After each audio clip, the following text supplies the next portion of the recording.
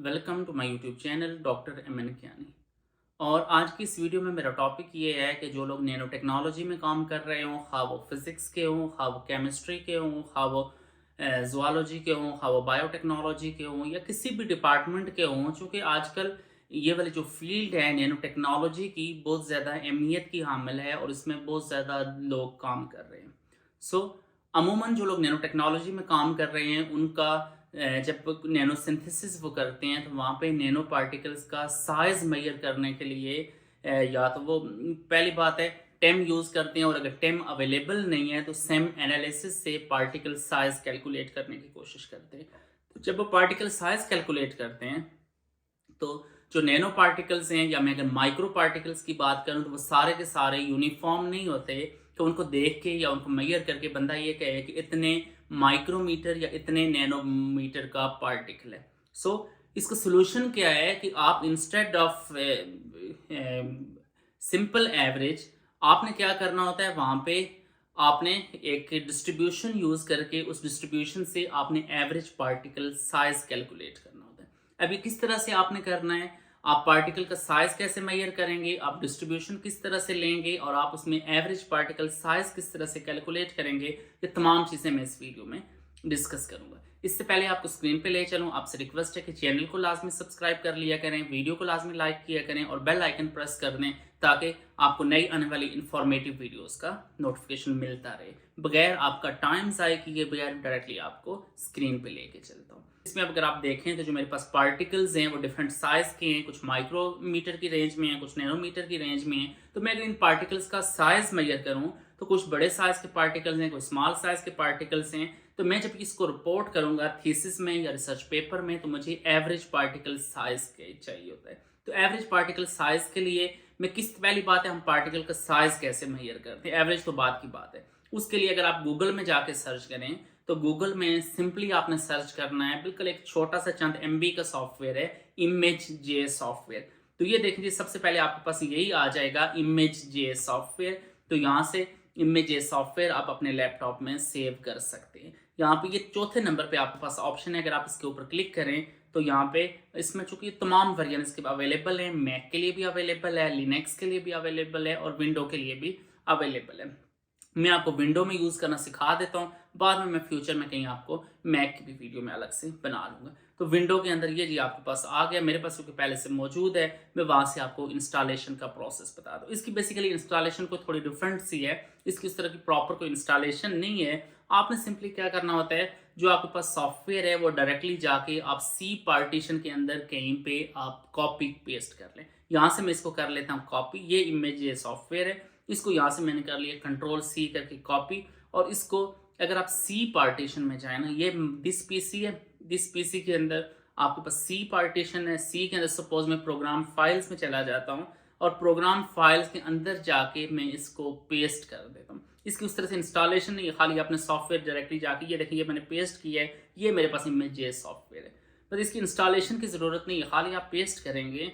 तो यहाँ पे अगर आप इस फोल्डर को ओपन करें तो ये लास्ट के ऊपर आइकन है इमेज जे, यहाँ पे जस्ट आपने क्लिक करना है, डबल क्लिक, ये चलना शुरू हो जाएगा।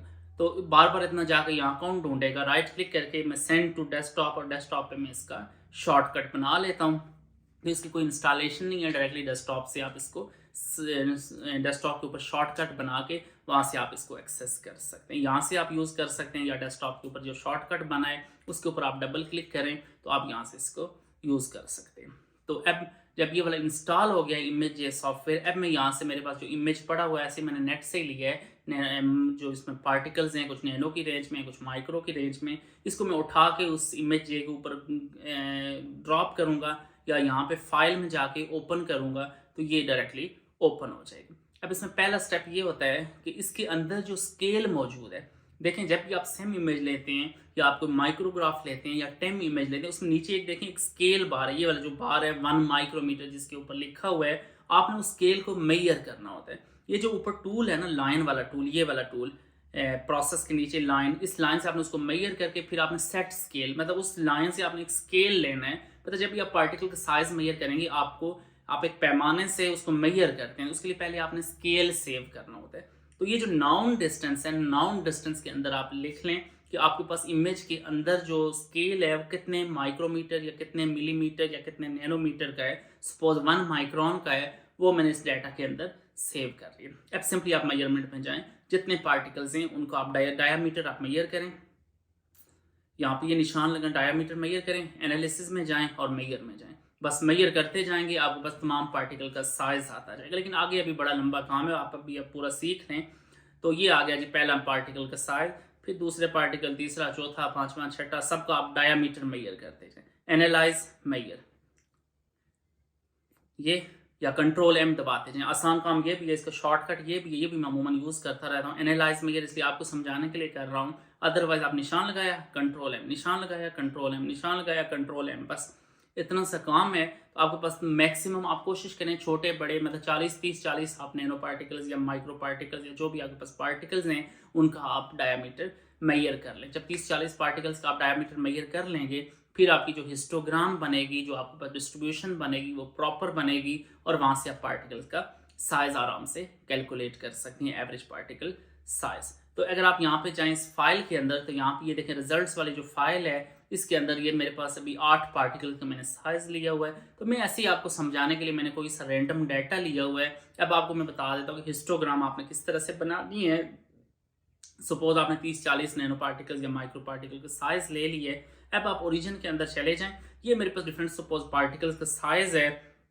एक ऐसी एग्जांपल है 117 नैनोमीटर, 137 नैनोमीटर, 114 नैनोमीटर, 129 नैनोमीटर। ये ऐसी आपको समझाने के लिए मैं एग्जांपल के तौर पे मैंने लिया हुआ है। इस कॉलम को आप सेलेक्ट कर लें, यहाँ 2 कॉलम सेलेक्ट करने की जरूरत नहीं, खाली आप ये वाला कॉलम सेलेक्ट करें।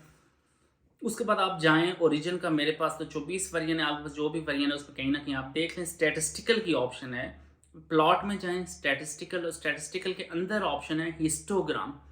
फिर मैं दोबारा बता देता हूँ, एनालिसिस, वहाँ पे ऑप्शन है स्टैटिस्टिकल, उसके अंदर ऑप्शन है हिस्टोग्राम।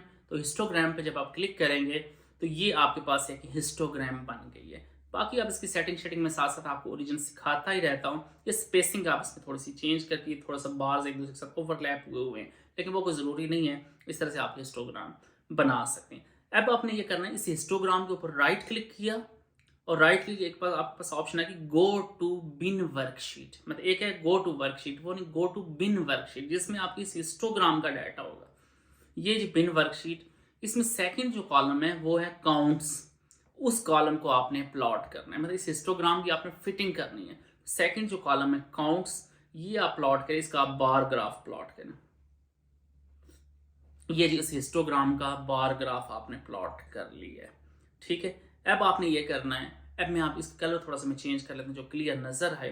अब आपने ये करना है, इसको गायन फिटिंग लगानी है, ताकि यहाँ से आपके पास एवरेज पार्टिकल साइज आ जाए। इसकी गायन फिटिंग में लगाऊंगा। एनालिसिस में जाएं, वहाँ पे नॉन लीनियर कर्व फिट में जाएं, ये fitting non linear curve fit, और वहाँ पे आपके पास ऑप्शन है गायन फिटिंग की। मैं तो इसमें क्लिक करूंगा, यहाँ से फिर ओरिजिन, ये आगे देखें डिफरेंट फंक्शंस आएंगे, वहाँ से आपने गायन फिटिंग लगानी है। गायन भी लगा सकते हैं, लॉरेंट्जियन भी लगा सकते हैं, लेकिन अमूमन गायन फिटिंग लगाते हैं। Fitting non linear curve fit, और यहाँ पे आप ओपन करेंगे तो आपके पास ये देखें ओरिजिन बेसिक फंक्शन, जो कि गायन fitting is a basic function. फिर फंक्शन में अंदर आपने गायन सेलेक्ट करना है, और यहाँ से फिर तो फिटिंग का खैर मैं पहले भी काफ़ी सारे वीडियोस बना चुका हूँ। अल्ट्रेशन में जाएं, और उसके बाद इस बटन के ऊपर क्लिक करें, तो अब आप बस ओके प्रेस कर लें तो आपके पास फिटिंग लग जाएगी।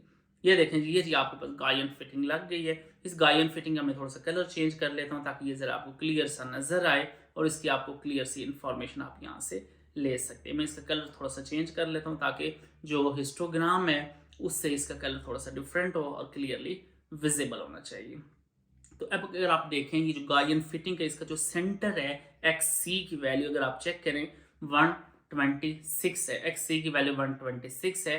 इसका मतलब है that is the average size of the nano particles. ये सेम के अंदर वाला डाटा मैंने नहीं लिया हो, ऐसे ही आपको समझाने के लिए मैंने नेट से डाटा लिया है कि इस तरह से आप ये डाटा ले गए हिस्टोग्राम आप बना सकते हैं। सिमिलरली आपके पास जो सेम इमेज मैंने, या जो भी आपके पास सेम इमेज है, उससे इमेज जैसे आप पार्टिकल का साइज कैलकुलेट करें, और उस पार्टिकल साइज से आप इस तरह की हिस्टोग्राम बना के तो एवरेज पार्टिकल साइज कैलकुलेट कर सकते हैं। मैंने कोशिश की है आपको डिटेल से एक एक स्टेप समझाने की। स्टिल अगर आपको कोई भी कन्फ्यूजन हो तो कमेंट सेक्शन में आके आप पूछ सकते हैं। Thank you so much. अल्लाह हाफिज़।